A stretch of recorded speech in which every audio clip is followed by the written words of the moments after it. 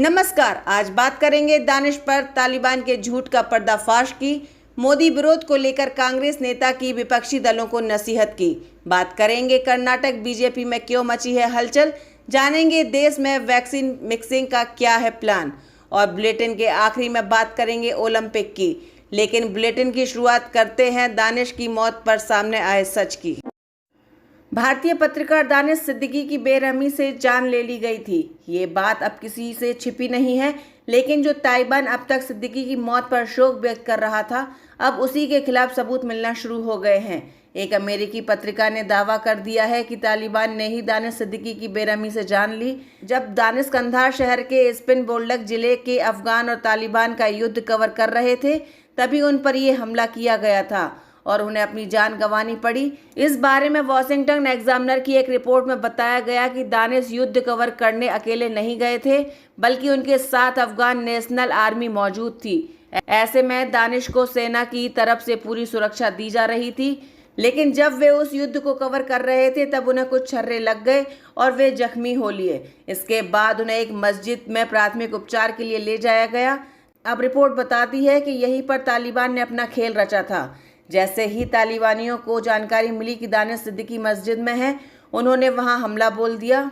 सिद्दीकी के साथ जो भी सैनिक मौजूद थे, पहले उन्हें मारा गया, उसके बाद सिद्दीकी को भी उन्होंने पकड़ लिया। पहले बाकायदा उनकी पहचान की गई, उसके बाद उन्हें गोलियों से भून दिया गया।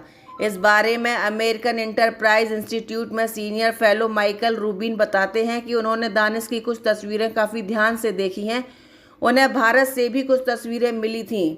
उन तस्वीरों को देख पता चला है कि गोलियां चलाने से पहले तालिबान ने दानिश के सिर पर हमला किया था।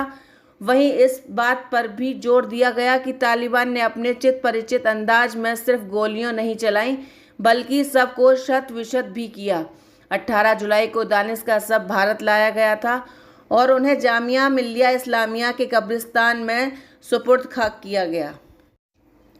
कांग्रेस नेता एम वीरप्पा मोइली ने सरकार का विरोध कर रही कांग्रेस समेत समूचे विपक्ष को आईना दिखाया है।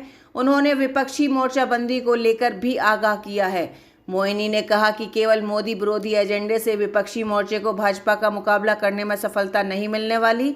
राजनीतिक दलों के एक साथ काम करने के लिए साझा न्यूनतम कार्यक्रम बनाने की जरूरत है। पूर्व केंद्रीय मंत्री ने कहा कि यदि विपक्षी दल केवल इस बात को लेकर चर्चा करते रहेंगे कि किस नेता या राजनीतिक संगठन को विपक्षी मोर्चेबंदी की अगुवाई करनी चाहिए, तो ऐसा मोर्चा कामयाब नहीं होगा। विपक्षी दलों को अभी नेतृत्व को लेकर ज़्यादा चिंता नहीं करनी चाहिए। यदि वे यह चर्चा शुरू कर रहे हैं कि कौन विपक्षी गठबंधन का नेता बनेगा, किस राजनीतिक पार्टी को इसकी अगुवाई करनी चाहिए, तो यह कामयाब नहीं होगा। मोइली ने कहा कि कुछ वर्गों में आम धारणा बन गई है कि केवल मोदी विरोधी भावना विपक्षी दलों को एक साथ ला रही है। ऐसे में यह नहीं दिखाई देनी चाहिए। किसी व्यक्ति विशेष का विरोध किसी भी राजनीतिक मोर्चे को आगे लेकर नहीं जाएगा। मोइली ने कहा कि विपक्षी दलों ने इंदिरा गांधी के खिलाफ यही किया था, तब इसी वजह से वे कामयाब नहीं हुई थी। विपक्ष का एजेंडा निजी मुद्दों पर आधारित नहीं होना चाहिए। एक साझा न्यूनतम कार्यक्रम के बिना विपक्षी मोर्चा सफल नहीं होगा। विपक्ष के बीच राजनीतिक चर्चा लोकतंत्र, धर्मनिरपेक्षता को बनाए रखने और देश को आगे ले जाने पर केंद्रित होनी चाहिए। यह चर्चा सरकार के नकारात्मक एजेंडे के खिलाफ होनी चाहिए। विपक्ष को नसीहत देते हुए मोइली ने कहा कि विपक्षी मोर्चे में किसी भी पार्टी को किसी भी दल में शामिल होने का विरोध नहीं करना चाहिए। भारतीय जनता पार्टी के दिवंगत नेता HN अनंत कुमार की बेटी विजेता नंद ने जनता दल सेल्यूलर को एक बहुत मजबूत राजनीतिक ताकत बताया। कर्नाटक के नए मुख्यमंत्री के तौर पर बसवराज बोम्मई के शपथ ग्रहण करने के बाद उनकी यह टिप्पणी आई है। बोम्मई ने BS येदियुरप्पा की जगह ली है। येदियुरप्पा के साथ दिवंगत अनंत कुमार ने राज्य में भाजपा का आधार मजबूत करने में एक अहम भूमिका निभाई थी। विजेता ने अपने ट्वीट पर एक टिप्पणी का जवाब देते हुए कहा, हर चीज सिर्फ सीटों के संदर्भ में नहीं मापी जा सकती। दरअसल टिप्पणी में कहा गया था कि जदएस 1 या 2 लोकसभा क्षेत्रों में ही मजबूत राजनीतिक ताकत है। वहीं फौरी प्रतिक्रिया व्यक्त करते हुए जदएच नेता SD कुमारस्वामी ने विजेता की टिप्पणी को लेकर उनका शुक्रिया अदा किया।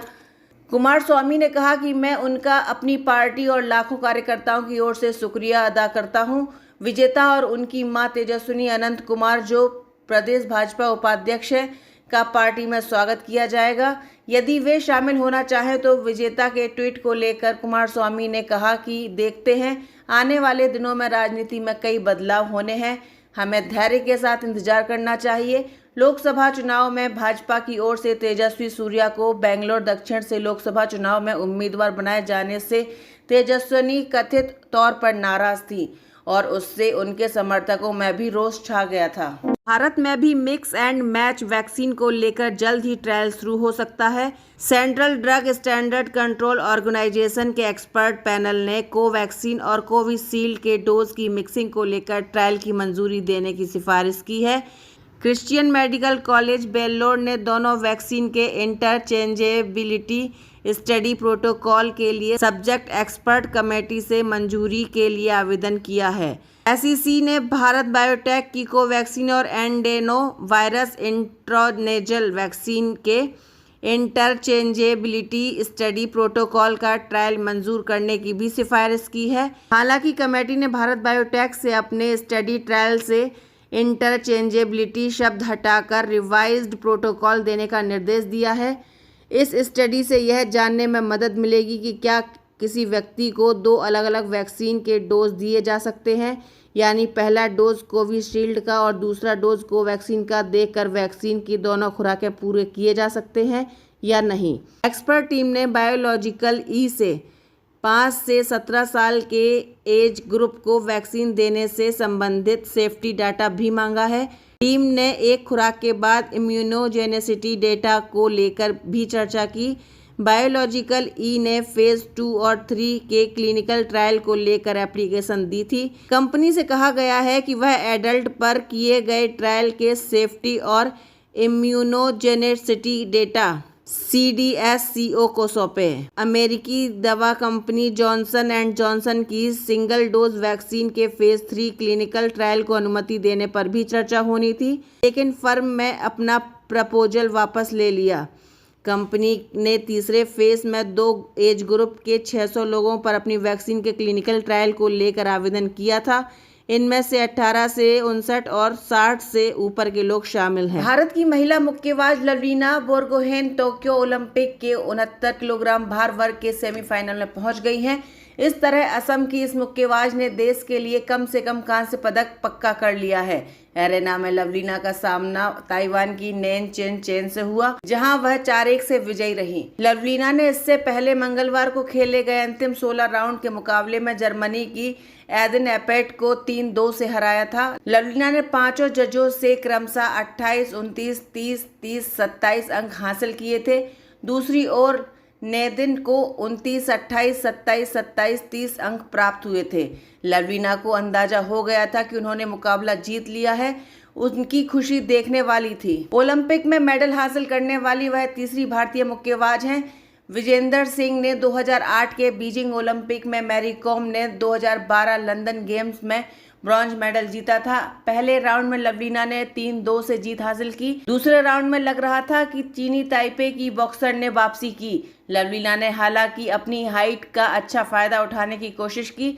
उन्होंने लगातार पंच लगाने का प्रयास किया। चीनी ताइपे की मुक्केबाज का दम ज्यादा दिखाई दिया।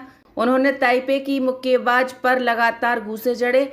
बॉक्सिंग में सेमीफाइनल में पहुंचते ही मेडल पक्का हो जाता है। लवलीना का सेमीफाइनल मुकाबला 2019 की वर्ल्ड चैंपियन तुर्की की एना लाइसेंको से होगा। वेट लिफ्टर मीराबाई चानू ने इस ओलंपिक में भारत के लिए पहला मेडल जीता। उन्होंने सिल्वर मेडल अपने नाम किया है। नमस्कार, आपको ये वीडियो कैसा लगा हमें कमेंट बॉक्स पर बताइए। और अगर आप ये वीडियो फेसबुक पर देख रहे हैं तो हमारे फेसबुक पेज को फॉलो करिए, और अगर आप ये वीडियो यूट्यूब पर देख रहे हैं तो हमारे चैनल को सब्सक्राइब करिए।